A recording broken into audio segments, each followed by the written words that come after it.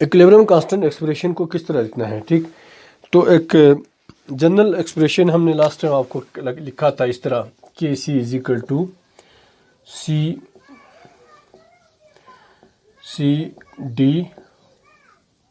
D और A B. ठीक हो गया। अब आपने क्या करना है, ऊपर जो लिखा है वो है प्रोडक्ट और नीचे वाला क्या है, रिएक्टेंट।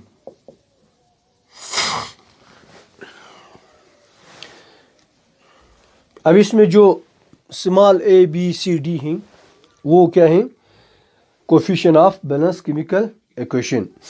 तो इसको मद्देनजर रखते हुए आपने किसी भी दिया गया इक्वेशन का केसी एक्सप्रेशन लिखना है। ठीक है, एक मिसाल मैं आपको करता हूँ फिर आपको समझ जाएगा। फर्ज करें हमारे पास एक है HF, ये एक रिवर्सिबल रिएक्शन है, ये डिसोसिएट होके H प्लस F2 ये बनता है। अब इसको बैलेंस करेंगे तो हम क्या लिखेंगे, यहाँ पे 2 लिखेंगे। इस 2 को कहते हैं coefficient of balance chemical equation. तो इसका कैसे एक्सप्रेशन लिखेंगे, सीधा सीधा KC is equal to, product को हमने क्या लिखना है, ऊपर नोमिनेटर में लिखना है H2 और स्क्वायर ब्रैकेट के अंदर बंद किया, यहाँ पे F2 और इसका स्क्वायर ब्रैकेट के अंदर बंद किया और नीचे लिखेंगे HF। अब इसके ऊपर हमने क्या लिखना है, 2 लिखना है। ठीक है, ये 2 कहाँ से आ गया, इधर जो 2 था उसको हमने रेज़ टू पावर किया है, बाकी इधर कुछ भी नहीं लिखा हुआ, इसका मतलब 1 है और वो हम यहाँ पे भी नहीं लिखेंगे।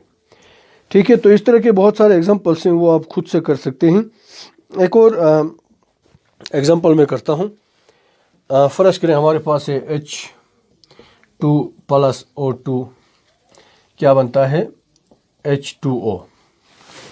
अब इसका हम किस तरह लिखेंगे, KC is equal to H2O, ऊपर हम क्या लिखेंगे 2 और नीचे लिखेंगे H2O2। समझ गया। अच्छा, इसके बाद है कंडीशन फॉर इक्विलिब्रियम। 3 कंडीशन हैं।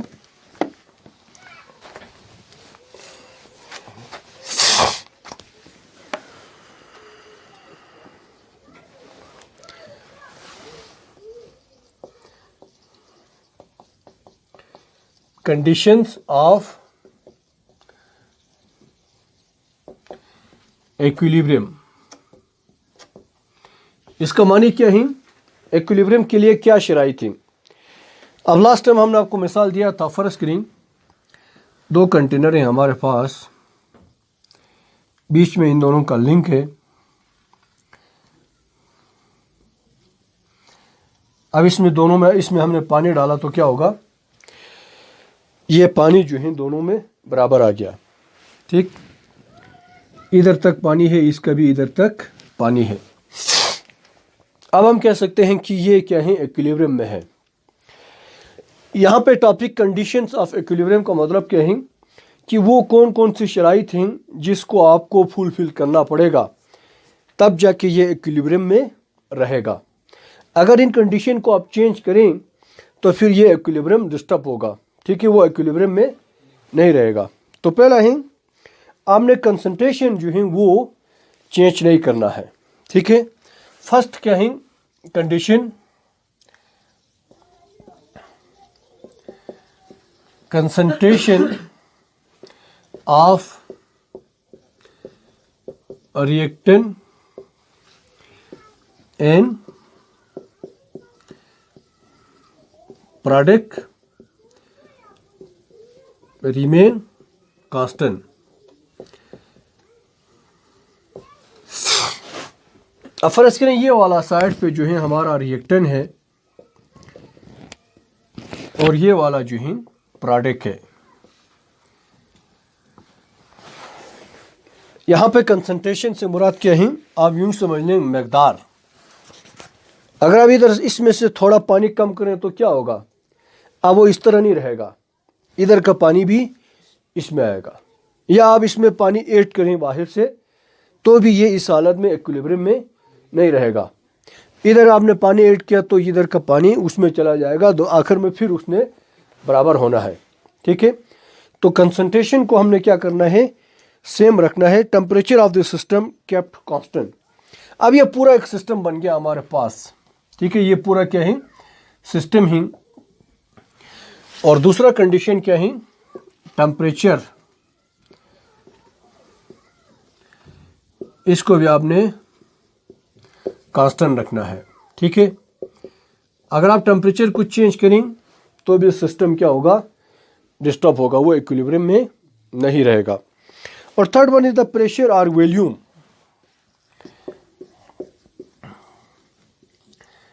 प्रेशर और वॉल्यूम, इसको भी क्या रखना है, हमने कांस्टेंट रखना है। अब फर्ज करें इसके ऊपर एक पिस्टन लगा हुआ है, आप इसको नीचे दबा सकता है। ठीक है, इस तरह सिरिंज में होता है ना। अब इसको पकड़ के आप इधर नीचे दबाएं, प्रेशर आप इसको क्या कर रहे हैं, इंक्रीज कर रहे हैं। प्रेशर इंक्रीज का मतलब आप इसका वॉल्यूम क्या कर रहे हैं, कम कर रहा है। तो इसके ऊपर प्रेशर लगेगा तो क्या होगा, डेफिनेटली इधर का पानी उसमें चला जाएगा, इक्विलिब्रियम फिर डिस्टर्ब हो गया। ठीक है, तो ये तीन कंडीशन ही इक्विलिब्रियम को मेंटेन रखने के लिए। अब इसके बाद नेक्स्ट टॉपिक है unit of equilibrium constant.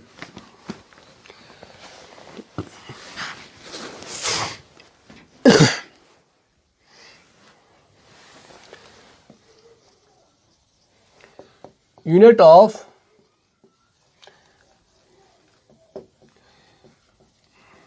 Equilibrium constant,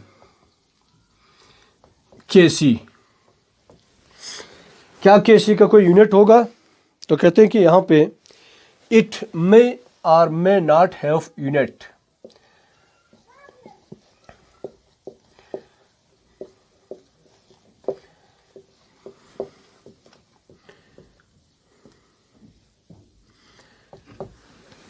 इसका यूनिट हो भी सकते हैं, नहीं भी हो सकता। यूनिट का मतलब क्या है, अब जैसे कि चीनी कहते हैं ना, आप चीनी 1 किलो चीनी दे दो, तो वो किलो क्या है, किलोग्राम जो है वो यूनिट है।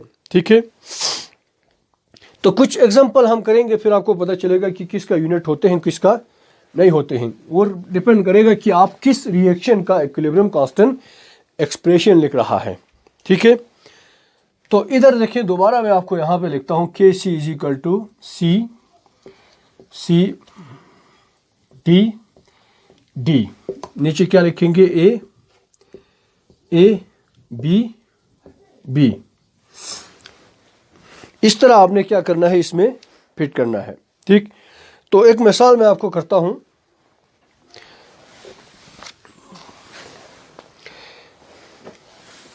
Hydrogen react with oxygen to form hydrogen iodide. इसको बैलेंस करेंगे तो यहाँ पे क्या लिखेंगे, 2 लिखेंगे। ठीक है, अब इसका आप के सी एक्सप्रेशन लिखें तो क्या बनेगा, के सी इज इक्वल टू, उधर हम लिखेंगे HI, फिर ऊपर लिखेंगे 2, इधर लिखेंगे H2, इधर लिखेंगे I2। वैसे इसका यूनिट क्या था, इसका यूनिट था मोल पर डीएम क्यूब। लास्ट टाइम आपको बताया था ना, स्क्वायर ब्रैकेट यहाँ पे किसको इंडिकेट करते हैं, मोल पर डीएम क्यूब को। ठीक है, तो अब इसका जगह पे हम क्या लिखेंगे, मोल पर डीएम क्यूब लिखेंगे। अब ऊपर लिखें मोल पर डीएम क्यूब। ठीक हो गया, और ऊपर 2 है तो उस 2 को भी हमने यहाँ पे लिखना है। ठीक है, मोल पर इसकी जगह पर हमने क्या लिखा है, मोल पर डीएम क्यूब, और ये वाला 2 जो है वो इसके ऊपर था, इसको भी हमने यहाँ पे लिखा है। ठीक है, अब इधर क्या लिखेंगे, फिर हम लिखेंगे मोल पर डीएम क्यूब, यानी इस स्क्वायर ब्रैकेट की जगह पर हमने डायरेक्ट क्या लिखा, मोल पर डीएम क्यूब लिखा। ठीक है, इधर भी हम क्या लिखेंगे, मोल पर डीएम क्यूब। अब ये किसके इक्वल होगा, के सी इज इक्वल टू, ऊपर तो एज इट रहेगा मोल पर डीएम क्यूब, और ऊपर क्या है 2 है, और नीचे लिखेंगे हम मोल पर dm क्यूब, नीचे भी क्या हो गया 2 हो गया, होगा नहीं होगा?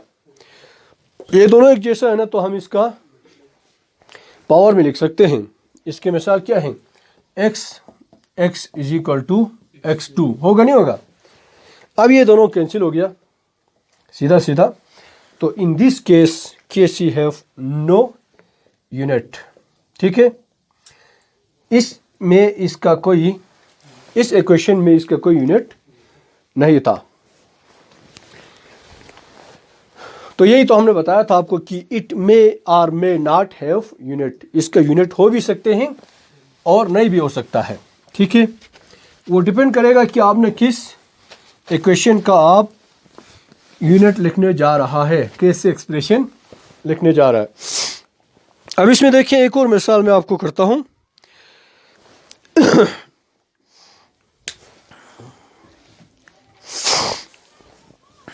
नाइट्रोजन टेट्रा ऑक्साइड ये डिकम्पोज होके, डिसोसिएट होके नाइट्रोजन डाइऑक्साइड बनाता है NO2। अब इसको बैलेंस करेंगे तो हम यहाँ पे क्या लिखेंगे, 2 लिखेंगे। अब इसका केस एक्सप्रेशन लिखें तो क्या बनेगा, KC इज इक्वल टू, पराठे को हमने हमेशा ऊपर लिखना है, नाइट्रोजन डाइऑक्साइड इधर 2 है तो हमने इधर 2 लिखा, और N2O4 इधर कुछ भी नहीं है तो हम ऊपर भी कुछ भी नहीं लिखेंगे, ठीक है। अब इसका सीधा सीधा आप क्या करें, KC इज इक्वल टू ऊपर लिखें मोल पर dm क्यूब, इसका ऊपर 2 है, ठीक है। नीचे क्या लिखेंगे, मोल पर dm क्यूब, इधर कुछ भी नहीं लिखेंगे, ठीक है। अब इससे क्या मुराद है, फिर वही है, जब x is equal to x2 हो सकते हैं तो आप इसको अब अलग करके लिख सकते हैं, ठीक है। मोल पर dm क्यूब का ऊपर स्क्वायर या पावर 2 का मतलब क्या है, ये 2 दफ़ा है ना, तो अब इसको 2 दफ़ा लिखें, KC इज इक्वल टू मोल पर dm क्यूब, और इधर लिखेंगे मोल पर dm क्यूब, नीचे लिखेंगे मोल पर dm क्यूब। अब ये एक इसके नीचे वाले एक के साथ कैंसिल हो गया, तो इसका यूनिट क्या बनेगा, सीधा सीधा मोल पर dm क्यूब बनेगा, ठीक हो गया।